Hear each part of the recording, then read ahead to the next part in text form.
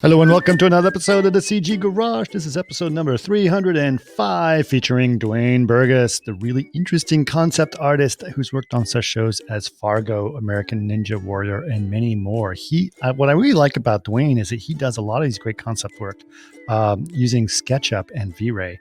And basically, he's creating concept renderings of the sets that are being used for on Fargo, American Ninja, et cetera, et cetera. A really interesting guy and a really nice and very humble person. I really liked his inspiration, right, Kristen? What was some of the stuff that sort of got him excited? I loved it how he talked about Wicked was his inspo, and he wanted to design sets for theater. So, and then that kind of just stumbled to something else. And then his first random job in LA got him other random jobs, and now he's freelancing for, like you said, Fargo and American Ninja Warrior. So it was a really good podcast to learn about stuff. Well, the concept. Absolutely, yeah, stuff. It's really cool stuff, and I really think that Dwayne has some interesting things to say. You should definitely check out his website. Just go to dwayneburgess.com and check out all the cool ideas and things that he's done there. I thought that was really interesting for sure. Speaking of V-Ray and SketchUp, what are some of our events going on, Kristen? Yes. So you can find these out at chaosgroup.com/events. December 15th, we actually have two events going on that day. We have V-Ray and SketchUp Training Day, which will be online in Spanish. And then the other one is V-Ray 5 days. So you'll learn about the latest features of V-Ray and SketchUp. So check those out. Absolutely. And so all of those things are available at chaosgroup.com/events again, and you can sign up for those things. And we'd love to see you, especially if apropos V-Ray and SketchUp that we're talking about with Dwayne.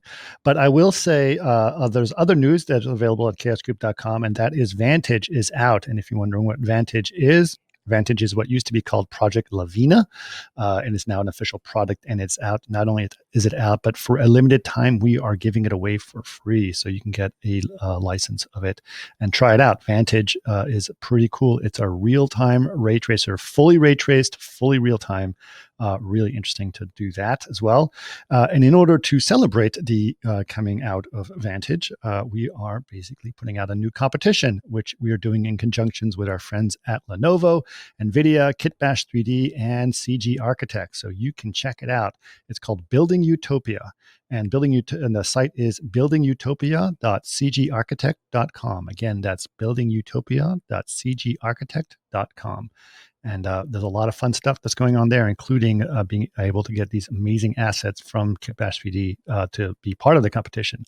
And V-Ray 5 for SketchUp is also out, as Kristen mentioned, and it also has V-Ray Vision built into it, which is something very interesting. And I'd love to find out more what you guys think about V-Ray Vision, because I think it could be very useful, especially for the SketchUp crowd.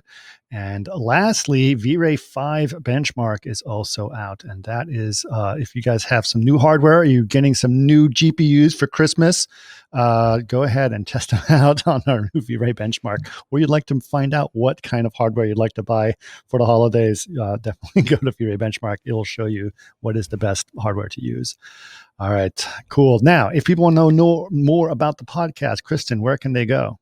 You can go to facebook.com/CG Garage Podcast or chaosgroup.com/CG Garage. Perfect. And of course, you can always email us, labs@chaosgroup.com, if you have other ideas, suggestions, or feedback that you'd like to give us. Again, that's labs@chaosgroup.com. We've gotten some great suggestions, and we would like to follow up with some more, especially, coming up in 2021. We'd love to have a whole new host of great new ideas for the podcast. So please let us know. And speaking of which, also, we would love to have your ratings and reviews on Apple Podcasts. So if you are listening to us on your iDevice, please go ahead, go to Apple Podcasts and give us a rating and a review there. We would appreciate it. One more thing. Of course, I mentioned this before, but we've been, for almost the last year or so, we've been doing video podcasts. So those are also available on YouTube. Just go to Chaos Group TV and you can see live festive backgrounds behind Kristen and I as we talk about the cool things that we're doing here at in the holidays as we're coming through it. Okay. That being said, please enjoy this amazing podcast with Mr. Dwayne Burgess. Welcome to another CG Garage, where the Chaos Group talks. You'll know it's over when the last bucket drops. We're gonna fire off rays in high dynamic range. We know that ambient occlusion is passé. Global illumination won't lead you astray.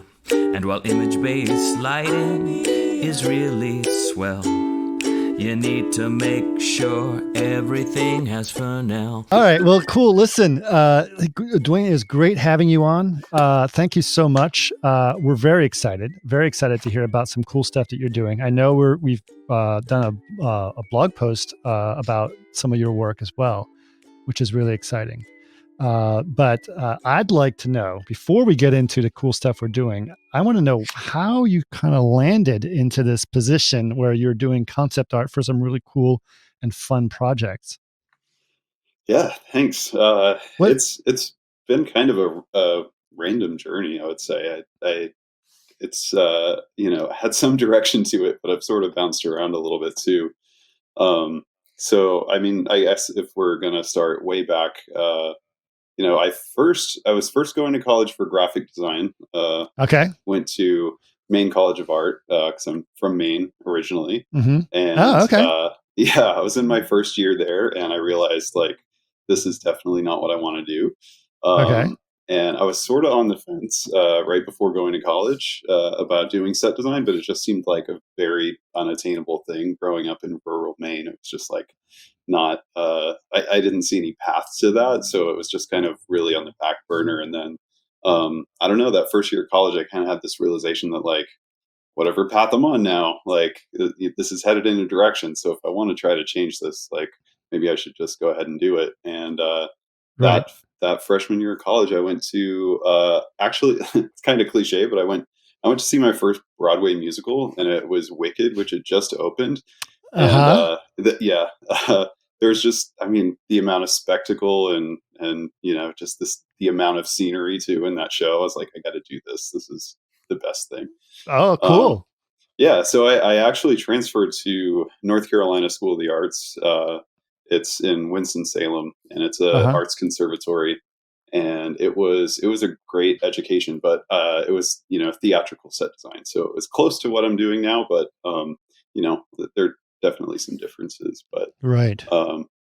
so went down there, got my BFA in that, and Uh-huh. so, I mean, when I was there, they were, it was still like hand drafting, learning all the fundamentals by hand rendering with, every like paint and charcoal and all of that stuff, which is a great foundation. But I was the one like trying to learn SketchUp and Vectorworks and stuff, and a lot of my professors were like, like don't don't do that right now. Like you need to learn the fundamentals. And I was like, I get it. I know that's the right way to go, but like this is way more efficient. So Right. anyway, I was kind of starting to dabble in that stuff back then, and then uh, cut to graduated, moved to LA instead of New York, which was kind of the expected thing out of a theatrical set design education. Sure. And yeah, I had come out to LA for a portfolio review at UCLA, and I was like, I want to give this a try, and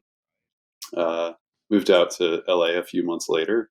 Okay. And yeah, then tried to took a bunch of really not so great things to start with, but I think Okay. that's Like what you what? gotta.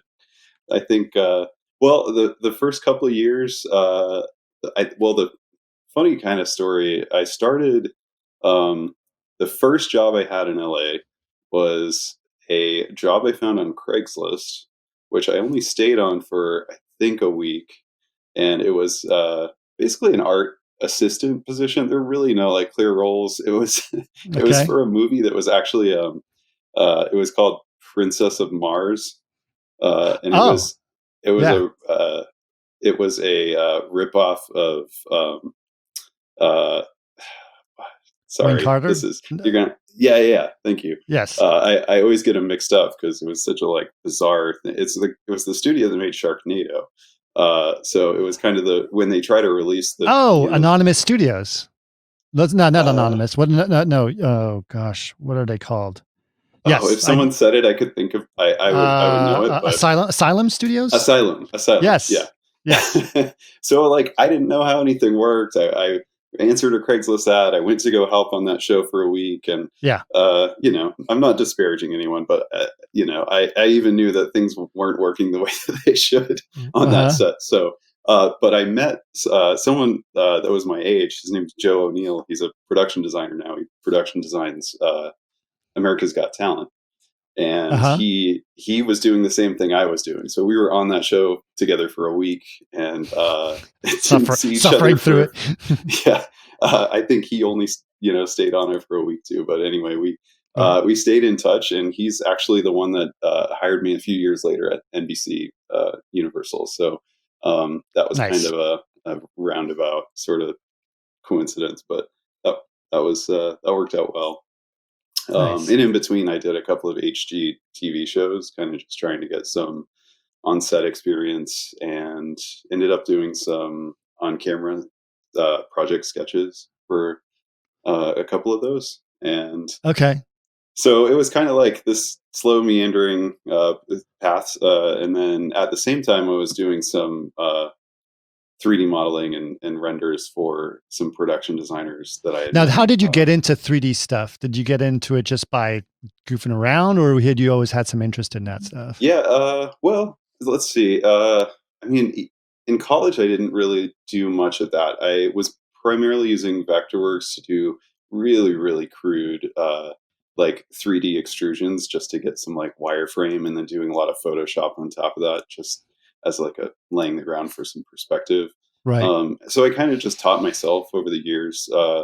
And then I think it was maybe my junior year of college. An alum had come back to talk about SketchUp, Okay. and his name was Seth Easter, Hmm. and I knew of SketchUp at the time. This was probably 2007, but I hadn't really played around with it that much, and uh, he was showing some sets that he had done. I think at the time, funny enough, he was designing the set for the finale of The Celebrity Apprentice.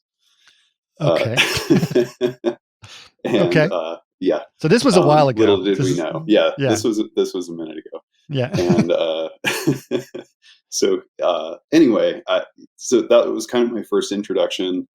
And over the years, I just kind of taught myself how to use SketchUp, and I had never really used many plugins until quite a few years later to do any actual uh, like rendering.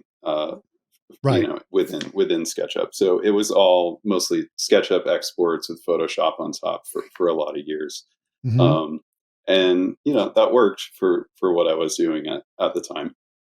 Right. Uh, but yeah, mostly taught myself, and there were 7 years in there that I was at NBC Universal, kind of wearing a lot of hats. Interesting. And yeah, and a couple of years ago, I decided to leave there and do concept art full time. Nice.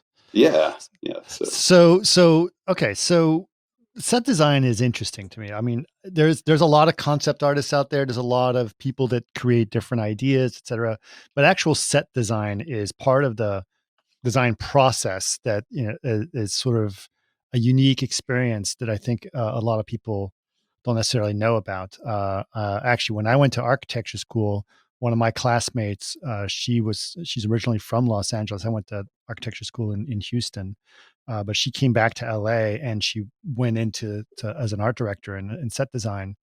And it was like I saw like how she applied those things, and it's like it's way more about building things, like really figuring out how you're going to build things. It's not just, it'll look cool, it's all in CG, I don't care. No. We got to think about the set, think about how they're going to build it, think about, it's a lot more like an architect in some ways in terms of the process and the design and figuring out how you're going to build it, right?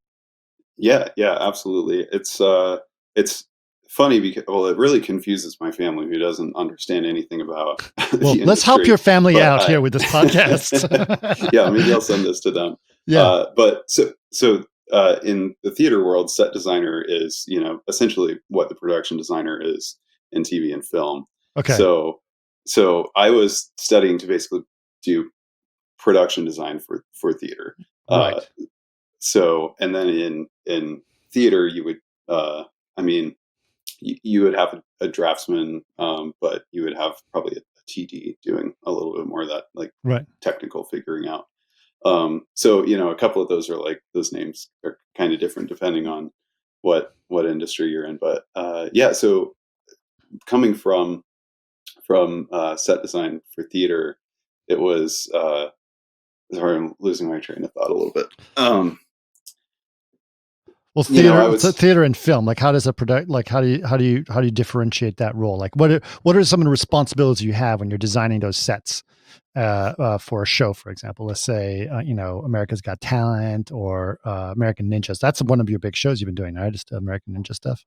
Yeah, I was doing American Ninja Warrior last year, Yeah. and just strictly as the concept artist. So actually, on that show, Mm-hmm. uh, I was actually sent the model almost completely finished, which is a lot different than what I am doing on a lot of other shows, where I'm really starting out from the beginning and kind of developing those models. Uh, Okay. that show has been around for so many years that so much of the course, has already been Sure. really dialed in, and um, it really changes for the venue, and kind of stylistically what their graphics look like for the season, and they definitely changed the course, but the show has a look. So the Got it. SketchUp model that I got for that show, production designer is Jay Heiserman, Mm-hmm. and he sent that to me, and it was at the time probably one of the most complex SketchUp files I've ever tried to work. And I it bet. was pretty, yeah, it was pretty bogged down. I mean, it was, I think they send it to this, the build shops and stuff to actually figure out some of the course, Construction of it, I'm sure. yeah, Yeah. the construction and the, uh, the specific pieces of the course and the Right. challenges and stuff like that. So anyways, super complex. And so they had done, long story short, they had done a lot of that figuring out for me. So it was up to Mm-hmm. me to take that model and then, update all the textures and the lighting and really make it pretty, and make it sing, and kind of sell it. Okay. So that was nice. I have the background in production design, Mm-hmm. but these days, I'm either working with the production designer to help them develop the visual, or sometimes it's already coming to me really developed, Okay. which is different. I mean, it's Right. it's kind of nice actually. I so kind of going back, I was at NBC Universal for 7 years, and Yeah. I went there because Joe, who I said I had met on that week long shoot when I Yeah. first moved here, he called me and he was like, "Hey, I'm at NBC, and we're doing some stuff for the Oscars red carpet, Right. for E Live from the Red Carpet Show, Uh-huh. and we just need some SketchUp work done. Do you want to come in and do some renders for us?" And I did, and then cut to 7 years later, and I was still there. So that's the longest I've ever obviously been anywhere, Yeah. and it was a role that morphed over the years. I kind of came in as a just doing renders, and then I stayed as an art director, because at the time they said, "Well, you can stay and do our renders, but the only role that we technically have to give you is art director." And at the time I was like, "Well, steady work, like, sure, if I can still kind of keep doing stuff." Right. But in that super corporate like environment, it tends to, like, the role morphed with the department over the years. So I came in doing renders, then I was just doing mostly art direction, and then by the end I was art directing and production designing, and kind of running the whole department, which was an internal art department at NBC. So it was kind of a dichotomy over there. I don't think the department still exists, but I think the pandemic made show E News go away, and that was kind of their bread and butter. Mm. So Okay. so I think they've since disbanded, but it was an interesting journey over those 7 years. So Right. I, did a fair amount of production designing, but let's see, I think a couple of years before I left, I took a class at Studio Arts. Uh-huh. That was it was taught by Aaron Lemonic, Okay. and I think he does a lot of stuff for like The Last of Us and over at Naughty Dog. Right. Um, and he did some 3D in the class, but a lot of it was 2D, and a lot of like photo bashing and stuff like that. And once I went to that class, I was like, "What am I doing? I gotta get back to this, because this stuff is gorgeous, and this is what I want to be creating." Okay. So that was kind of, a couple years before I left NBC. And, those last couple of years kind of made myself a little miserable because I was like, I got to get out of here and I got to do what I really want to do. But it was a good foundation to learn, kind of all aspects of Right. being on set and TV production. Yeah, it's interesting that you basically had an interest for the pictures more than anything in a lot of ways. It sounds like. Yeah, I mean, for me, kind of coming into that role to do renders and SketchUp work, and then quickly kind of shuffling over to doing art direction and production design and kind of just leading the team. It was, a lot of what I was doing was sitting in meetings all day discussing Yep. budgets and, HR issues and just not designing and, not actually creating. And Yeah. I just needed to get back to that. And a lot of I've heard it said like, I just can't people today. And towards the end of it, I was just like, I just can't people anymore. I Yeah. just want to close the door and make things, and that wasn't happening anymore. So I just had to finally walk Yeah. away. I totally get it. I had a very similar thing in architecture school, and I was insisting that I was going to be a designer. And I went to a good design school, and I was very, good architect and everything else. And then they said, "But you're really good at the CG stuff," so it was hard. And but they finally gave me an opportunity to join a design team, and it was exactly like you described, like sitting in meetings discussing, fire ratings on doors and handicap rail Exactly. sizes. And I'm like, "Oh no, no." I'll go Yeah, I back to can't doing do this. pictures. Yeah. Yeah, absolutely. So I totally understand, yeah, how you wanted to do that. But okay, so interesting. So somehow, obviously you did some SketchUp stuff as you were starting to learn things, but somehow you decided to sort of plug in to get into rendering and starting to create these images. So how did the rendering thing happen? What got you interested in that? Was it just sort of a natural evolution or? Yeah, it was kind of a natural evolution. When I first started at NBC, one of my first big projects was redoing the set for E News. I Mhm. remember we like the actual set renders for that I had done just in SketchUp with Photoshop on top, and that was, I had all kinds of tricks for making like Chrome look like Chrome, or at least, as good as I could at Sure. the time in 2D, but Sure. things like that. And then we actually needed some photo backings that were going to go behind the interview area of the set, and there were going to be like these plexi louvers in front of them, and so they had to be photoreal, but not, they weren't going to be, they were like obscured a little bit, Sure.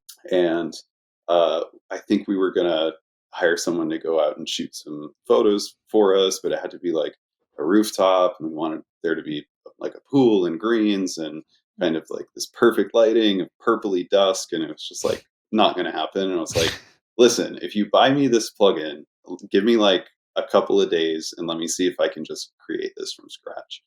And Okay. yeah, this was like 2012, I think, and Okay. I tried Podium for the first time back then, Okay. and it worked for what I needed. But that was probably the only time I actually used any extra software to actually do renders like that. So I Mhm. never at the time, excuse me, got proficient enough with it to actually use it in our day to day like workflow. Uh, Okay. so I just felt like I guess I never really had the time to just sit down and like get proficient with it where it was faster than what I was already my current process. Mhm. And then probably about the time I took that class at Studio Arts is about the time that I started thinking like, okay, I want to be able to actually like push my renders to the next level and actually like you know light them and not just like pretend to light them after the fact. And Right, right, right. so it was about that time. I think that's when I first discovered V-Ray. And Okay. then, of course, in that corporate structure, if you want to like want the company to, buy you some software, it's like you have to go up 15 chains. And Yep. uh, so that was about the time I was leaving, and that's when I first got V-Ray for myself and started Mhm. playing around with it at home. And kind of it was just like teaching myself in my spare time. And uh Yeah, I would say, so I left NBC. I had a couple of projects right away that I started using V-Ray on and really kind of fumbled my way through it. But those first couple of shows, but I got there. I got a product for them, but I was definitely like, I mean, I still do learn a lot with every project that I do, but those first couple were definitely someone was Right. paying me to learn Yeah. on Yeah. their Sure. time for sure. But Sure. Well, sure. I mean, that's normal. I mean, that happens. And I think it's interesting and great. I mean, the thing that's interesting is like, for SketchUp people, uh, uh, SketchUp is, it's not like Maya, right? You focus on creating a lot more than like dealing with technical problems and try to create something super, super, super complex, right? right, So, V-Ray, a lot of people Maya people that I know, right? They're like, yeah, one of our most popular products is V-Ray for SketchUp. And they're like, SketchUp? Are SketchUp users really going to use V-Ray? And I said, yeah, because there's not much good looking rendering you can do out of SketchUp natively. So absolutely. being able to do full ray tracing out of SketchUp is kind of a nice feature add. Now it's interesting because obviously, to me, the first thing I look at is like being able to explore real lighting and real materials and making that transition. How hard was it for you to learn that process in the way you were doing things? Because it sounds to me like you're much more hands-on person and not really, getting nitty-gritty with the technical things sometimes. Um, yeah, I mean, I was used to spending a lot of extra time trying to make like bad textures read as something good anyway. So, Okay. I was used to kind of getting into the nitty gritty to, make like Okay.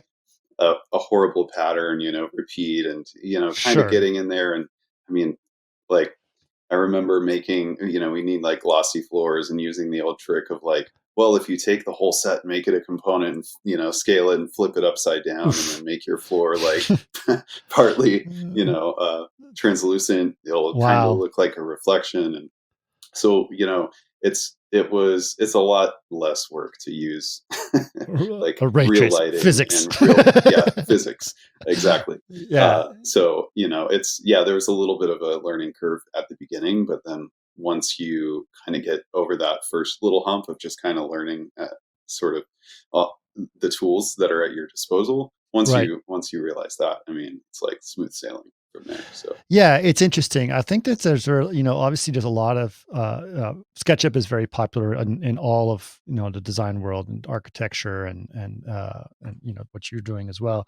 I also remember it's interesting that you're telling me about some of the stuff you're doing. Is it was my friend, my same friend who was an art director, said it was very very uncommon for any digital material to be available for sets or set design. So like concept artists would always have to do things from scratch.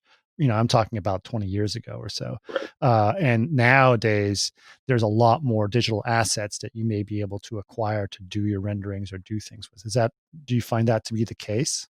Oh yeah, yeah, absolutely. I mean, even just to have something with similar attributes to start from, material, typically, and then if you need to tweak it a little to make it match, something specifically, then that's a lot easier than trying to kind of bastardize something and make it work from scratch. So, Right. um, yeah, I mean, it's like I said, mentioned earlier, I remember, photoshopping Chrome to look like Chrome from Right. like maybe a gray gradient and being like, well, I Hmm. think the lighting would bounce off the edge this way and well, it would stop here because there's a shadow. And it's just like, that takes so much. I mean, it's good to have your brain think like that because you're actually Right. thinking about the physics of it and why light would react the way it does and how your reflections would normally look and it makes you actually observe that stuff and you're out in the wild.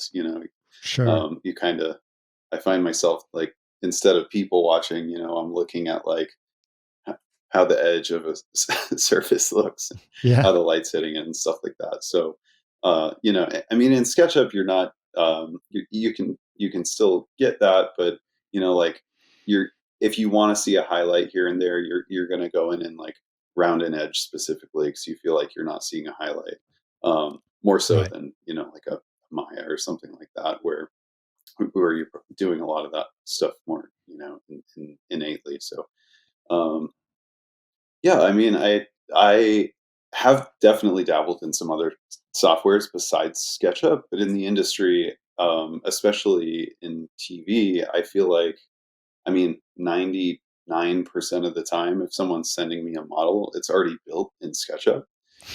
So for me Right. to be able to take that model and then just continue my workflow in SketchUp with V-Ray just plugging right in and not having to Yep. take that and rebuild it, is, it's just obviously so much quicker that way.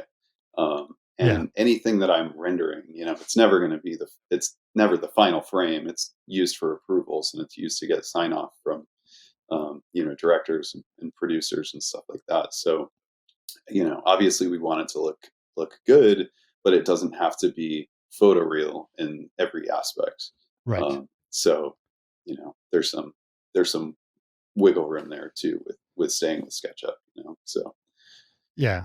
Well, I think, it's interesting because SketchUp obviously has become such a powerful tool in a lot of ways. And I think there's obviously a lot of flavors to it. But what they've always done is they've always sort of kept it as a product that was, very simple to simple to master, and then yet diverse in a lot of other ways as you go along, yeah, which I think is a really kind of a great ideology for creators, right? To not sort of bog them down and to intimidate them, especially at the beginning. Because if that barrier to entry is low, then you can actually start to get a lot more interesting things out of it.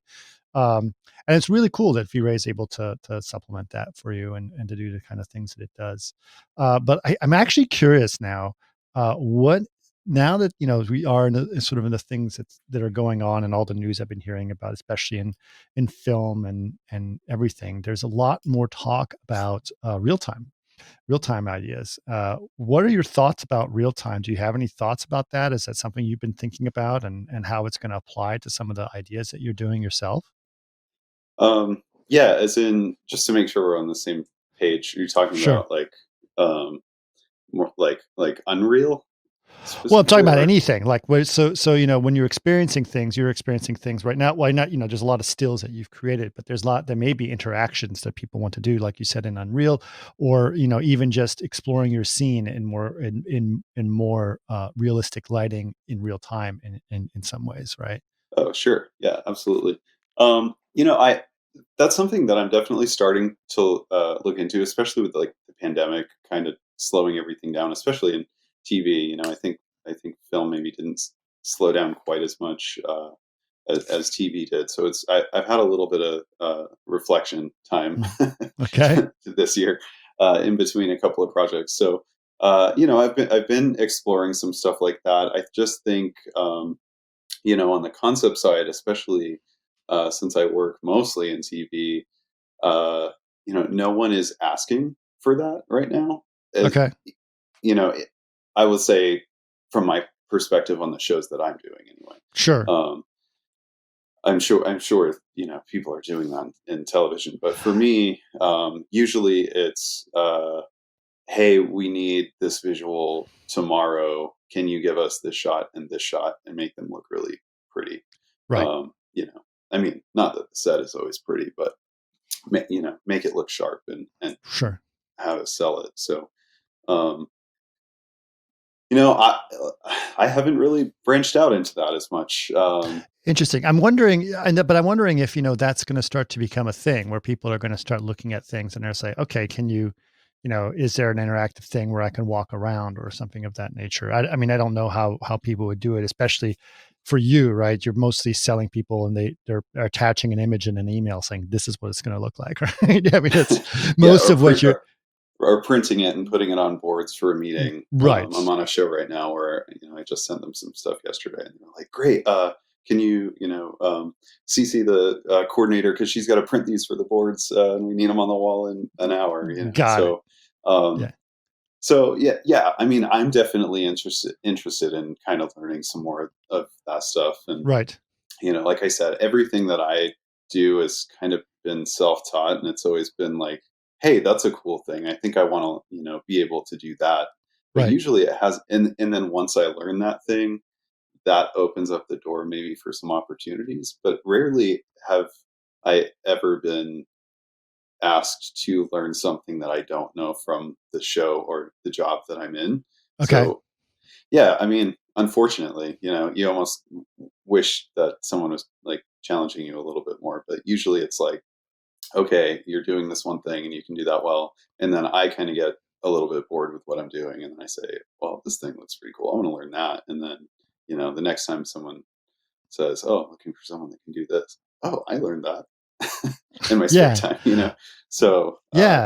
that's kind of been how it's been so far. But, you talk to all these folks on the podcast, especially like these VFX people who are. I was just listening to your one with Lou, who actually Yeah. was on Fargo, and I did. Oh, that's right. That's right. That's Concept right. art for Fargo. We never crossed paths because I was mostly in pre-production, but Right. he was saying, some of these final shots, people don't realize it takes 15 people 3 weeks to get this one shot, and Yep. and it's a whole different kind of thing, but I so like admire that, and I want to learn some more of the sort of like animation aspects of rendering and some things like that. But it's when you're trying to kind of teach yourself in between projects that are just requiring like 2D concept art renders. Right.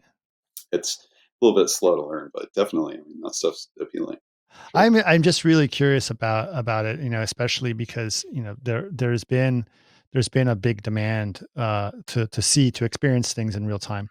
And I don't know, have you had the opportunity to, because it's still in, as of this recording, V-Ray 5 for SketchUp is still in beta. Had you had an opportunity to try that product, or? I actually haven't, but I'm excited to, because I downloaded it like a week ago, I think, Okay. and I just that same afternoon I had a show reach out Yeah. and ask if I was available and I could start doing some renders. I was like, okay, maybe this is a bad time to jump into anything new. Yeah. Just I'm always hesitant to, Well, the thing that I'm install an curious, update right yeah, before the of day course. of. And yeah, I was on Maya 2012 all the way up till 2015. So like, I know exactly those problems, but there was, for example, because what we've added on V-Ray 5 is something called V-Ray Vision. I don't know if you know what V-Ray Yeah. Vision is. So that's, it's going to be a much better interactive viewport inside of SketchUp. And I'm Excellent. really curious how that influences your workflow and how it can do things, because, for someone like yourself, where you're trying to make something look good, if you have a much more interactive approach where you don't have to wait for the render to see the result, what you're doing, this it's not obviously the same as a final rendering, but it's getting you close to that. It's still a rasterized render. I'm just curious to see how you think that would affect your workflow, being able to see a more interactive thing of what you're actually doing as you're working within SketchUp. He doesn't have to be inside of Unreal, but I'm saying within SketchUp, having a better interactive viewport, if you think that's going to affect your workflow. Yeah, absolutely. I mean, anything that can help with speed, Right. is always good. I feel like every time I'm on a project, it's like we need this yesterday. Right.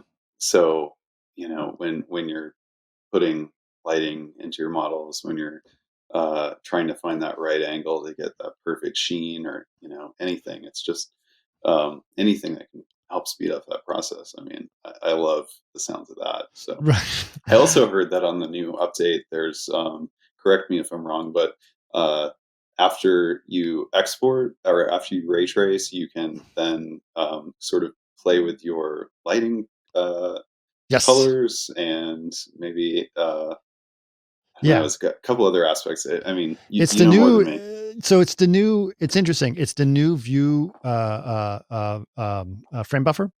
And when you basically have your frame buffer, what you can do is you can have it automatically create a render element that embeds all the different lights as different render elements. And what that means is that you can relight your scene after it's already rendered. So you Wow. can go Okay. to Yeah, your that's the game lights changer.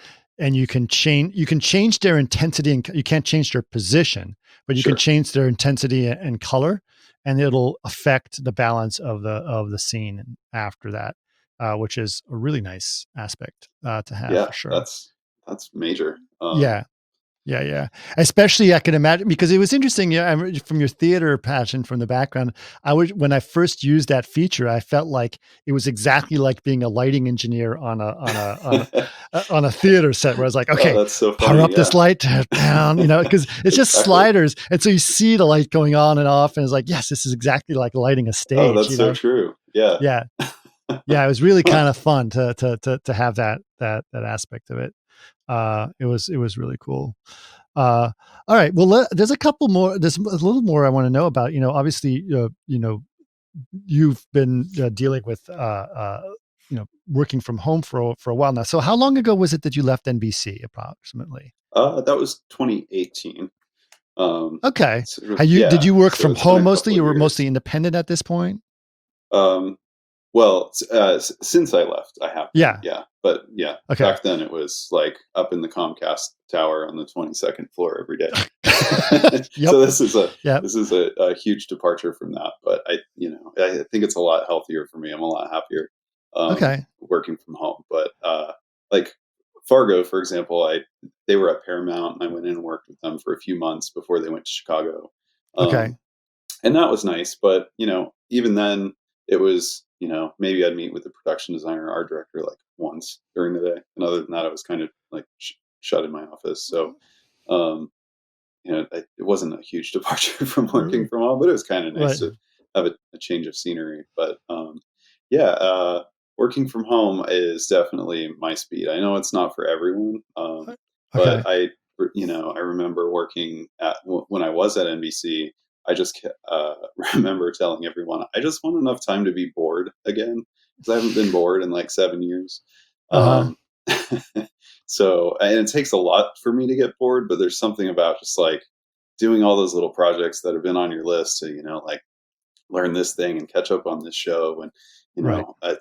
I was constantly like kind of drowning a little bit when I was there. So it's been nice to have the time in between projects too, to kind of reset and recharge. And Right. um, yeah, it's been a good change of pace. So I'm definitely a better person for it, I think. Yeah, I'm just curious because I mean, there's a lot of artists that I've been meeting over the last few months that have basically said, well, this not much is different for me working from home for this situation, and it's been an easier thing for me to be able to absorb that way. But I do know, obviously, like you said, work in TV may not actually be happening as much as it used to. Are you finding other avenues that there are new kinds of work? Obviously, you said film seems to still be doing stuff. Obviously, there's big TV shows like Fargo that are a little bit more important these days. Yeah, But well, I think it's starting to swing back around. It was about 6 months before all the unions came together and signed off on the sort of COVID agreement. okay, Um, so that was holding up a lot of stuff, and I think that just passed maybe about a month ago. right. So I am on a show now that just started last week, so that was exciting to get. But you don't have to Uh, be on set for that or go up I anywhere for don't. that. Yeah, I've been Okay, working from home, good. and especially now with COVID, I think it's like anyone that can work from home is working from home. So Right. concept artists, set designers, most of those are, at least on the show that I'm on now, are working from home. Yeah. So It's but even safe. before It's the safer for pandemic, I everyone was to be able mostly to do working from that. home. So yeah, yeah, absolutely, and also it's like $150, I think, every time they COVID test you, and if they're doing that to everyone like 3 times a week, that adds It's up. So really expensive. yeah, Really expensive. Yeah, it's yeah, interesting.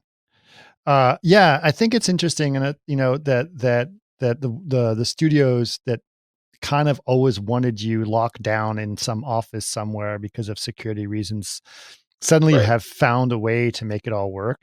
And I think it's made, especially in Hollywood, it's made those who are able to work in Hollywood, I think their lives can be a little bit better, especially for artists and concept people and things of that nature, because I think it is a little bit more, uh, you know, a little bit nicer to have that opportunity.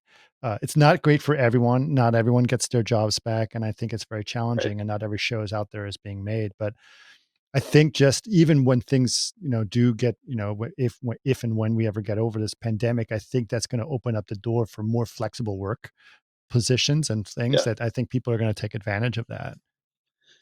I hope so. Yeah, I mean, I think not to keep going back to NBC. I don't want to sound like I was completely miserable there, but Yeah. for a lot of the, I think 5 of the 7 years that I was there, we were uh, down on, we were down in Mid City on Wilshire, and I was living in Burbank, so it was like an hour each way, kind of meandering through Oh Hollywood and yeah. kind of using Waze and trying to figure out a different path down side streets every day. And so yeah, it was Yep. easily an hour each way, and I mean, you don't realize 2 hours out of your day when you get that back. It's like, I mean, you can do so So much much with more, 2 hours every so day. much I could do.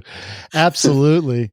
Absolutely. Yeah. I've picked up some nice hobbies during that time. So that's been a kind of a nice experience for me to do that. Cause I was the same thing. I live in Burbank and then I work and my job was in Culver City. Right. So I was like, yeah.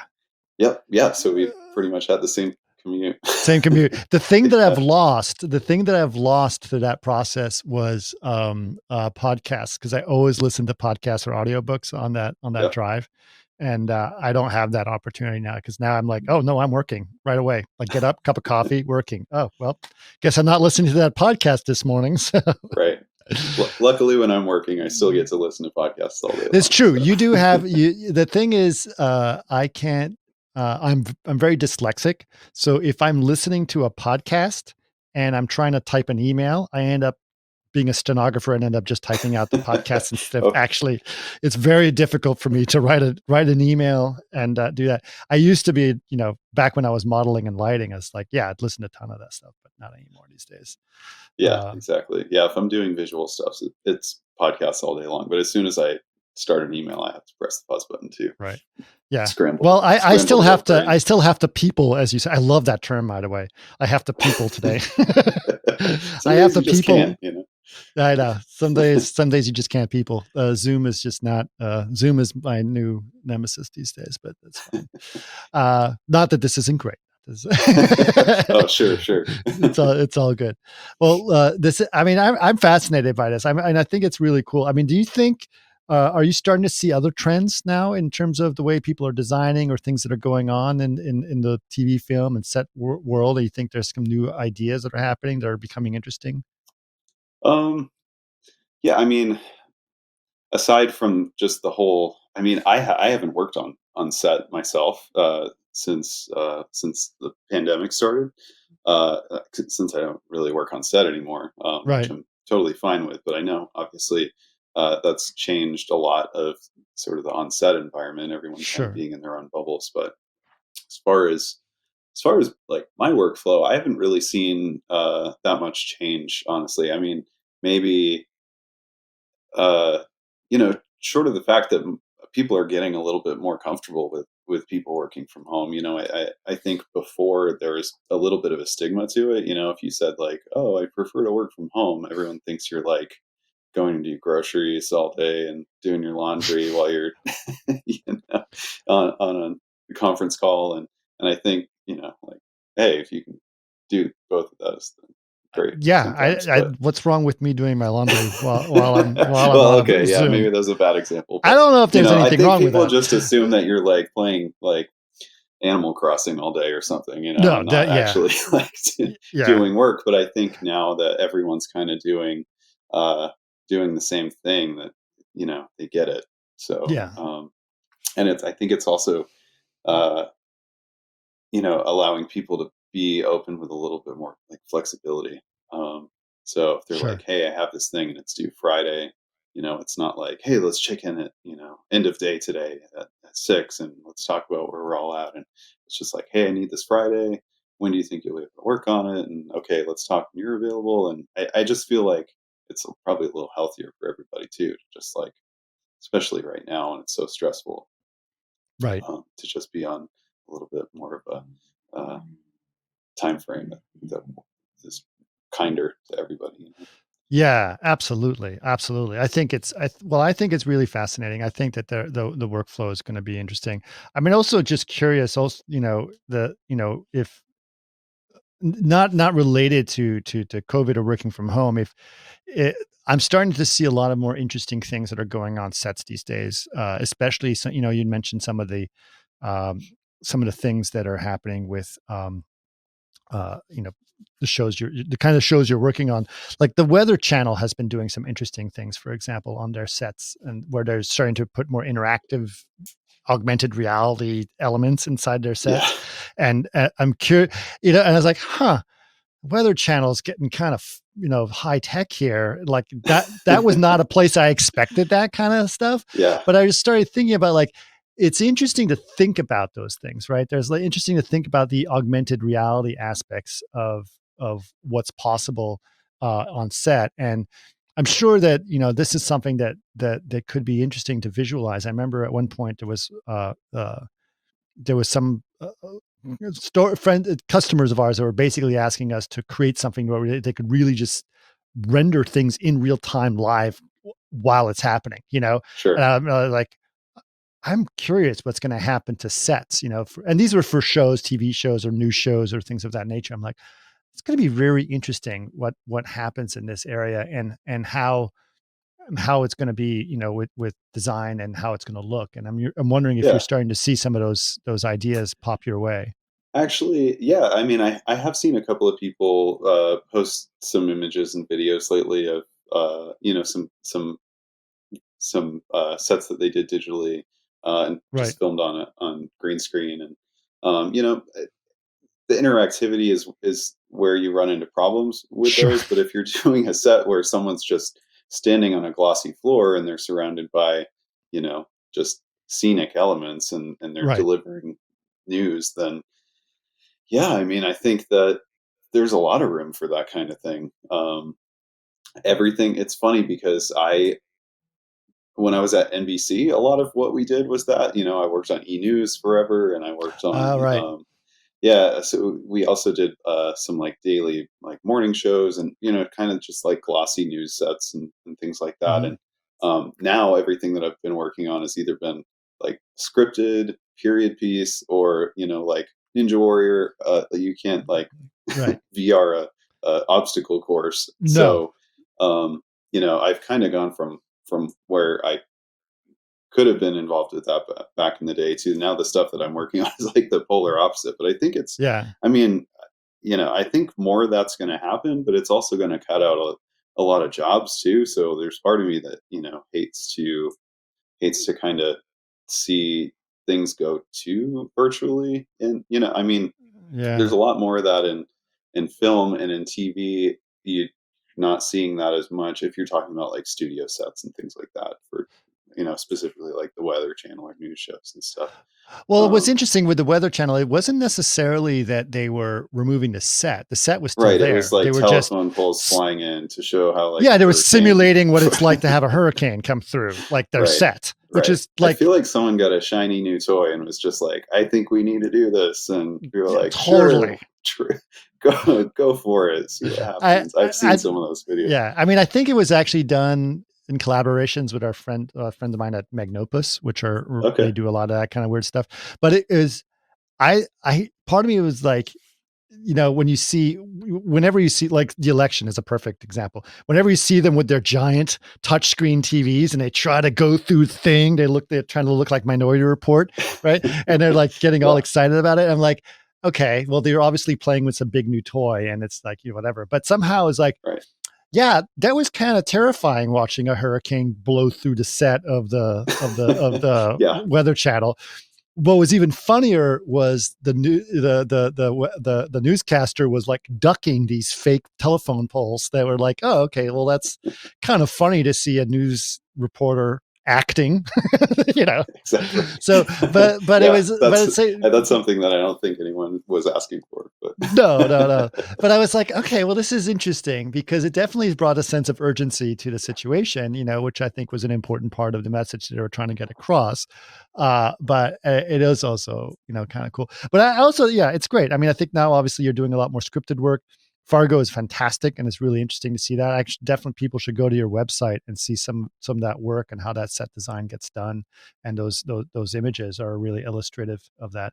I mean, obviously I've I've seen guys on set when they're looking at the rendering and then they're looking at the set, right? They got to make it look like the rendering, like that's their goal, right? So that's kind of an important responsibility, is like make it look like that, right? Yeah. I mean, yeah, that responsibility, and then also knowing that like if you're in pre-production, I'm creating the thing that's going to get somebody to sign off to spend the money on that. Right. Yeah, you Like, selling it, right? Yeah. right. Like it's, usually the production designer's idea and the set designer has figured it out at that point, and then Right. kind of, you know, they've been researching, especially these period pieces, doing research for months, and then Yep. they're kind of giving me the model and saying, okay, here's the culmination of all the work that we've been doing for the last few weeks. Now make like a few visuals that we're going to use to actually get this signed off on. So a little bit of Right. pressure there, but Yeah. it's good pressure. I like it. That's good. It's got to feel satisfying. I thank you for doing that, and allowing us to to make that signed off on. I remember actually one of my first jobs as an architect, as an intern in an architecture thing, is I was doing very, very early CG, and I'm talking 95, maybe 95. And it was this entrance to this building, and it was going to be all glass. And so I did all the reflections and refractions, and it was very expensive render back then, 95. And they showed it to the customer, and they're like, well, this is one of our ideas, but it's like, $5 million over budget to do this, but we just figured we'd show it to you. And they liked it so much, they found more money and added it to the budget to do it. So they're like, yeah, like that rendering got us a Right. bigger payday. You know what I mean? And they were really excited about that. So I was like, so there is a big power to having a really great rendering. It really can help sell something. It can really make that story much more clear as to what you're trying to communicate. Right. Absolutely, yeah. I mean, that's always a good feeling, especially when Yeah. you send it over and they're like, "This is fantastic." I can't wait to show this to everybody. Like, phew. Yes. Okay, good. Yeah. Yeah. Especially, I would say even more so a little bit when now that everyone's working from home. Yes. It's because not only I'm a little bit more used to it, but when everyone else is working from home too, like you might not be able to check in with I might be available, but the production designer isn't available right now because they're, you know, taking their kid to work, to school or School. something, Right. Right. or Right. work. Who knows how old the Yeah. kid is? Yeah. But it's just like I feel like there's a little bit less back and forth right now, just because everyone's got their own things going on. But so maybe you're not sitting down with each other and seeing it through the process as much until you're sending them what you hope is the final, and hoping they're Right. not like, no, start over, the lighting's all wrong or something. So Right. uh, Right. Right. Right. the show that I'm on right now, I did some renders the other day, and it was like, hey, do the whole first floor of this house. Uh, we have a meeting in a day and a half, and we need like 10 renders. And I Wow. was like, well, I mean, yeah, I could give you some visual, but like they're all going to be at a certain level, like if you need all of those delivered at the same time. Right. Um, so, we mostly just did like some like image based lighting from mostly just naturally lit, and uh, no practical lighting on the inside, and swapped out some textures, and added some different assets, and tried to like clean it up, and get them something as good as I could in a day and a half, and they were really happy with them. But then, and this is a new designer that I'm working with, but then they said, "Oh, well, actually, here's some lighting references for what we were hoping maybe we could do. Do you think we could just Photoshop these to look a little bit more like Mm. that?" And I was like, "Well, those are night lighting references with all practical lighting, and we've Right. lit Done the these with all opposite. this like window natural light. So there's I don't know. There's always a learning curve working with a new team of folks, but Right. luckily, most people that I've worked with in this industry are really grateful for the work that you're doing, and Yeah. they're not Well, you brought up a berating you good or beating you you over brought the up a head good or anything. You brought up a good point, which I'm curious now, and about how much people get involved. You brought up the lighting. Obviously, you're lighting this virtual set just so people can see it, right? Or Right. this digital set before it's built. Do you actually work or what is the relationship with the DP? Do you actually think about, okay, if you're going to light this set, you're going to want a big light here and this light here? Do you actually do that, or does your lighting just be what it is, and then the DP looks in and goes, okay, here's how I would light it to look like that? I mean, how does that relationship work? Yeah, I mean, usually at the point that I'm working on the renders, I never cross paths with a DP or, never really the director either. Mm-hmm. Usually I'm just working with the production designer. So if they have input from, the DP or anything like that they can send my way, that's awesome. But rarely am I linked up with them at this point anymore. So Okay. I gotta hope that usually maybe the production designer is sending me some lighting references to work from, um, or in a case like American Ninja Warrior, I know how that set is usually lit, and actually like I saw what their previous renders had looked like too, so I kind of knew what they were used to sending to get sign off on the set. Some things like that. So hopefully I'm getting some information so I know what direction I'm headed, and but sometimes it's just time of day. Right. Yeah. Honestly, they're like, I don't know, do a nighttime thing. Got it. I'm like, Got it. okay, well, if that's the stage that we're at, that's fine too, Okay. but like also if you can send me some lighting references, that makes me even happier. But Right. it's always just like a puzzle to figure out. So Interesting. just Well, I'm sure the DP is looking at your renderings and say, okay, I'm going to light it to look like this because that's how they expected it. So you automatically have influence on the lighting of the show, right? Which is, I think, also fascinating in some ways. yeah, and I mean, I've never done lighting myself. I've been Right. around a lot of lighting designers. My husband is actually he was a gaffer, Mm-hmm. so sometimes I'll ask him and say, like, "Hey, how would you light this set? Like if I wanted to really get like a nice bounce off the back of that, where would you put the light?"